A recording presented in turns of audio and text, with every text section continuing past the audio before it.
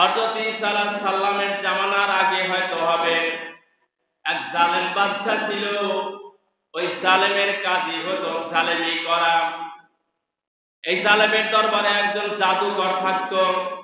এই জাদুকর বলতেছে, আমার অন্তিম সময় হয়ে গেছে, আমি হয়তো দুনিয়া থেকে বিদায় নিয়ে চলে যাব। জালেম বাদশাকে বললেন, আমাকে একটা সন্তান দেন, সুদর্শন পুরুষ দেন, একটা যুবক দেন, আমি কিছু জাদুবিদ্যা শিক্ষা করে বিদায় নিতে চাই। আমার এখন অন্তিম সময় চলে এসেছে, আমি হয়তো দুনিয়াতে আর বেশি দিন বাঁচব না। একটা সন্তানকে দিলেন, যুবককে দিলেন। ওই বাদশার বাড়ি থেকে, ওই রাহেবের বাড়ি থেকে, জাদুকরের বাড়ি থেকে আমার বাড়ি পর্যন্ত তুমি এই জাদুকরের কাছ থেকে জাদুবিদ্যা শিক্ষা করবা। যুবককে ঠিক করা হলো, প্রতিদিন যুবক জাদুবিদ্যা শিক্ষা করার জন্য যাইতেছে। এই মানুষটার বাড়ি যখন জাদুকরের বাড়িতে যায়, যাওয়ার মাঝখানে একজন রাহেব হযরত ঈসা আলাইহিস সালামের অনুসারী ছিলেন। এই রাহেব বলতেছে, যুবক তুমি প্রতিদিন কই যাও?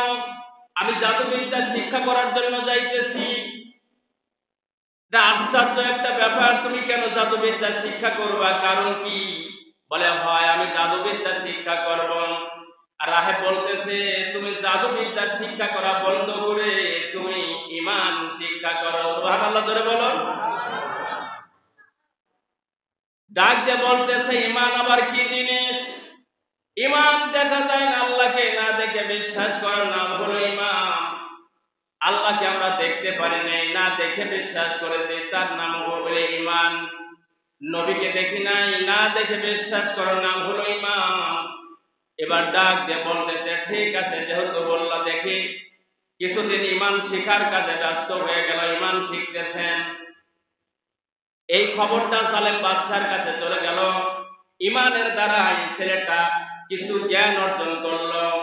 অন্ধ মানুষের মাথায় হাত দিলে, চোখে হাত দিলে অন্ধত্ব দূর হয়ে যেত।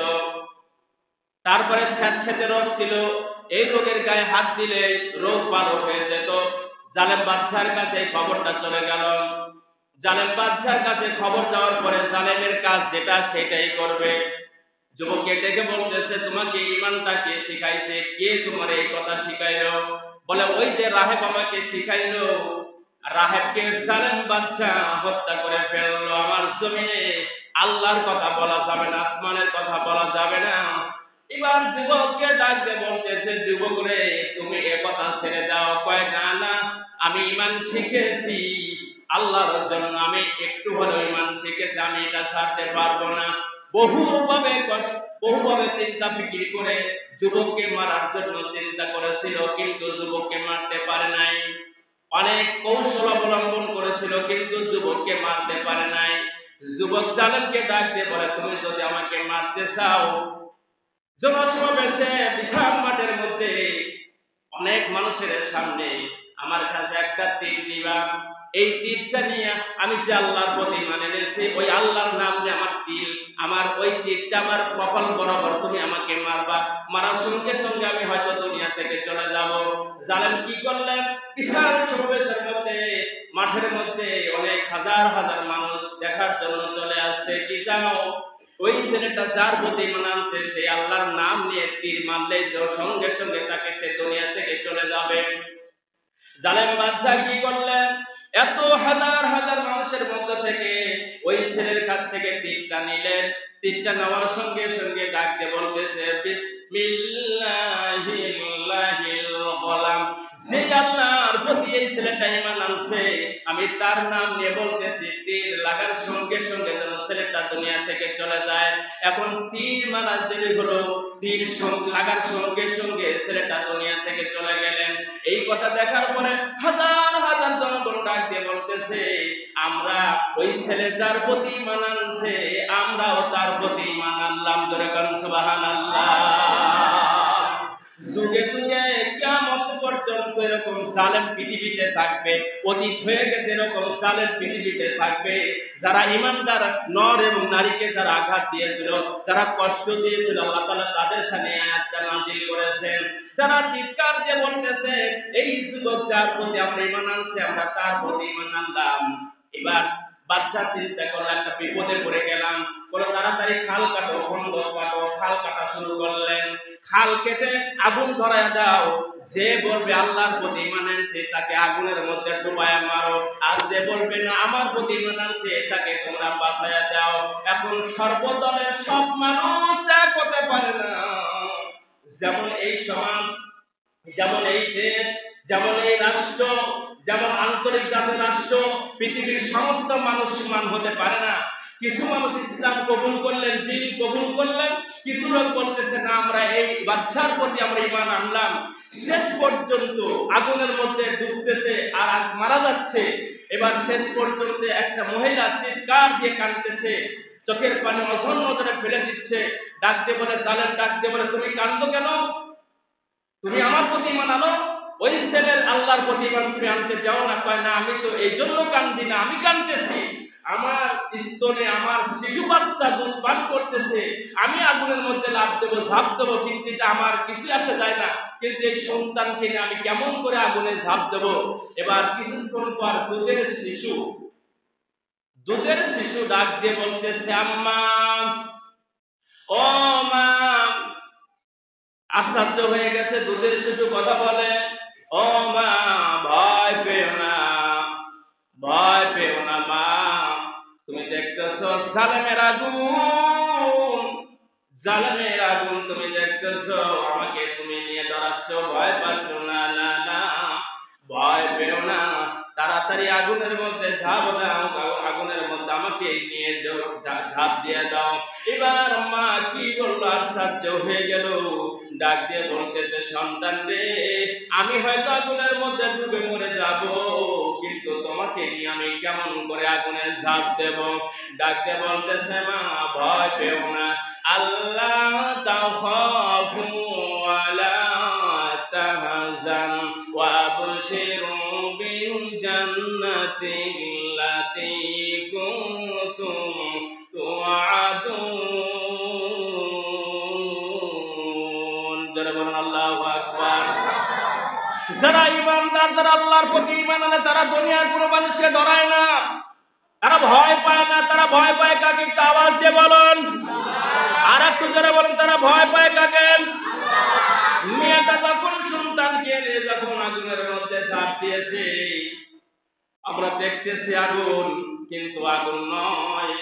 আল্লাহ তাআলা আগুনকে, ইব্রাহিম আলাইহিস সালাতু সালামকে আগুনের মধ্যে যখন ফেলে দিল, আল্লাহ তাআলা ইব্রাহিম আলাইহিস সালামের আগুনকে 144 দ্বারা জারি করে দিল, আগুন রে খবরদার আমার ইব্রাহিমের যেন গায়ের একটা পশম না পড়ে। তেমন এইভাবে ওই গুহার মধ্যে মেয়েটা পড়েছে, পড়ার সঙ্গে সঙ্গে জান্নাতের বাগান হয়ে গেছে। জোরে বলুন সুবহানাল্লাহ। এরকম যুগে যুগে এরকম কিছু নাস্তিক, এরকম কিছু মুরতাদ, এরকম কিছু জালেম, ফিরাউনের বাচ্চা ফিরাউন, এরকম কিছু আবু জেহেল পৃথিবীর জমিনে কিয়ামত পর্যন্ত থাকবে। এদের কাজই হলো নর এবং নারী, পুরুষ এবং মহিলাকে কষ্ট দেয়। বাংলাদেশে এরকম জালেম আছে না? একটু আওয়াজ দিয়ে বলুন তো। নারা তো চাই। আল্লাহ নমরুদের মতো জালেমকে তুমি হালাক করে দিয়েছো, ফিরাউনের মতো জালেমকে তুমি হালাক করে দিয়েছো, বাদশা সাদ্দাতকে তুমি হালাক করেছো, বাদশা নমরুদকে হালাক করেছো, আবু জেহেলকে তুমি হালাক করে দিয়েছো। কোন নর এবং নারীকে, কোন মুসলিম কোন সন্তান এবং নর এবং নারীকে যেন কোন প্রকার আঘাত না দিতে পারে। আল্লাহ তোমার কাছে আমরা পানাহা চাই, সকলে বলুন আমিন। মুসলমান ভাইরা, সময় সংক্ষিপ্ত হয়েছে।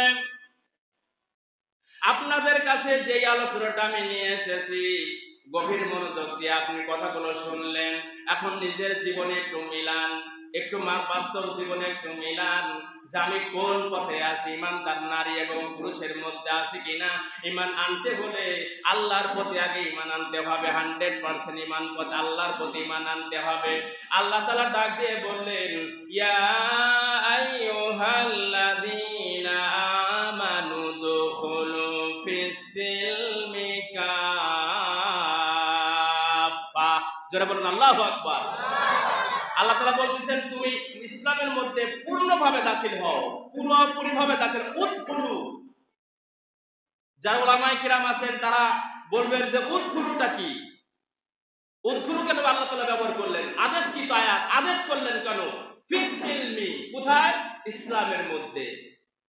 ঢোকো কোথায়? ইসলামের মধ্যে।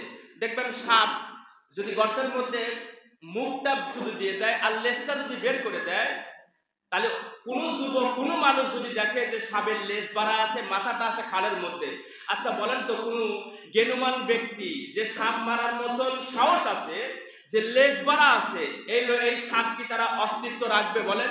কি খুঁজবে বলেন? লাঠি।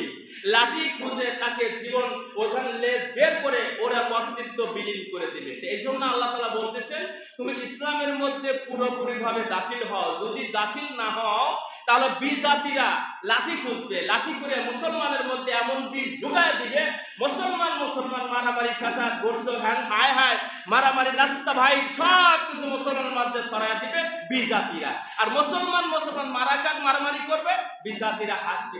মুসলমানকে একজন মুসলমান আরেকজন মুসলমানের দেখতে পারে না, এক মুসলমান আরেক মুসলমানের গীবত গায়, এটা কেমন কথা রে? এটা বিজাতিরা এরকম হাসতে থাকবে। আমরা হাসতে দেখতে চাই না, আমরা চাই ঐক্য। সুবহানাল্লাহ বলেন। আমরা কি চাই জোরে বলেন? ঐক্য চাই, একতা চাই, একক চাই। যেমন এক কালেমা, আপনি যদি বলেন আমার কালেমা আলাদা আর একজনের কালেমা আলাদা, এক কালেমাটা কি? লা ইলাহা ইল্লাল্লাহু মুহাম্মাদুর রাসূলুল্লাহ। এক কালেমা, আমরা এক কালেমা পড়েছি, দ্বিতীয় কোনো কালেমা পড়ি নাই। তেমনই ভাবে গোটা পৃথিবীর পৃথিবীর মানুষ এক দেহ, একটা দেহ। যেমন পায়ে আঘাত লাগলে মাথার মধ্যে এরকম যন্ত্রণা শুরু হয়ে যায়, তেমনি ভাবে পৃথিবীতে কোনো মুসলমান নর এবং নারী যদি কোনোভাবে আঘাত পায়, এর জন্য সমস্ত মুসলমানের চিৎকার করা উচিত, আল্লাহর কাছে দোয়া করা উচিত যে অমুক মুসলমানকে আঘাত করেছে। আর যদি বলেন যে অমুক এই বিপদে পড়েছে, আমি হাতে তালি দিচ্ছি, এটা মুসলিমের কাজ নয়, অসম্ভব ব্যাপার। এটা কোনো মুসলমানের কাজ হতেই পারে না।